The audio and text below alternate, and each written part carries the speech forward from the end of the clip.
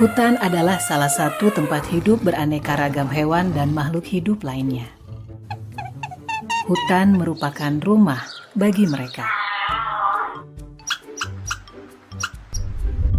Pada suatu hari, Raja Hutan berpidato di hadapan semua hewan di hutan dan mengatakan, "Untuk menghadapi tantangan dunia baru, maka aku akan mendirikan sebuah sekolah.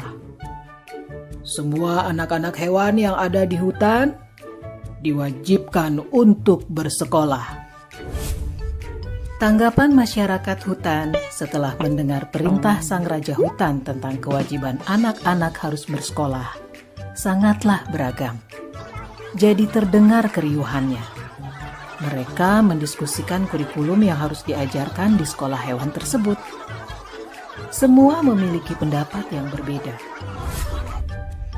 Pagi yang cerah, warga hutan mengantar anak-anak mereka ke sekolah hewan untuk mendaftar masuk sekolah. Mereka antri dengan tertib berbaris.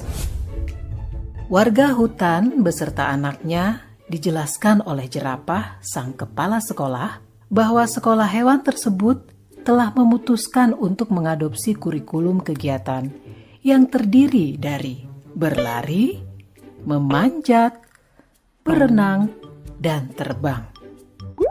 Agar lebih mudah pengelolaan kurikulumnya, maka semua hewan wajib mengambil dan mengikuti semua mata pelajaran.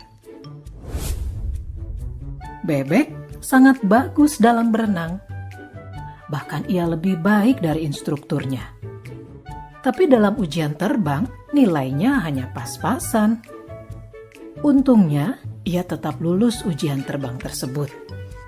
Yang membuat dia sedih adalah hasil ujian berlarinya. Ia mendapatkan nilai yang sangat buruk karena dia sangat lamban dalam berlari. Padahal, bebek sudah berusaha dengan sangat keras. Dia harus tinggal di sekolah setelah sekolah usai untuk latihan berlari ini. Dia bahkan juga terpaksa meninggalkan hobinya berenang untuk menambah jam latihan berlarinya. Dia berlatih sangat keras hingga selaput kakinya robek. Akibatnya, ia pun tidak bisa menunjukkan hasil yang baik bahkan dalam ujian renang karena masalah dengan kakinya tersebut. Bebek pun gagal di ujian berlari dan hanya mendapat nilai rata-rata dalam ujian berenang. Bebek sedih sekali mendapat nilai rata-rata. Tapi di sekolah tidak ada yang peduli dengan kesedihannya. Menurut guru-gurunya, nilai rata-rata bebek sudah memenuhi kriteria ketuntasan minimal atau KKM. Jadi tidak masalah. Kelinci tadinya senang karena ia selalu mendapat nilai bagus di pelajaran berlari. Tapi akhir-akhir ini semangat belajarnya menurun drastis. Ia lelah karena hampir setiap hari harus mengikuti kelas remedial untuk berenang. Sementara itu, tupai adalah hewan yang sangat baik dalam memanjat pohon. Tapi saat pelajaran terbang, ia mengalami frustasi. Di kelas terbang, gurunya meminta ia terbang dari bawah ke atas dan bukan dari atas pucuk pohon ke bawah. Karena diforsir, ia kelelahan. Tupai pun mengalami kram. Akhirnya, tupai mendapat nilai C dalam memanjat dan nilai D dalam berlari. Elang di kelas dikategorikan sebagai anak bermasalah dalam disiplin, sehingga sering sekali dihukum. Di kelas memanjat, ia selalu mengalahkan semua hewan yang lain dan sampai ke pucuk pohon terlebih dahulu.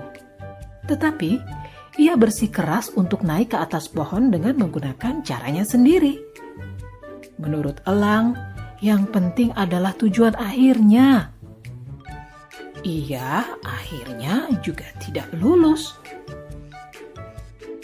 Walaupun gurunya sudah memintanya untuk terbang dari bawah, ia tetap tidak mau mendengarkan. Psikolog sekolah mendiagnosis elang memiliki oppositional deviant disorder, gangguan oposisi menantang. Rencana modifikasi perilaku yang ketat pun lalu dikembangkan untuk elang.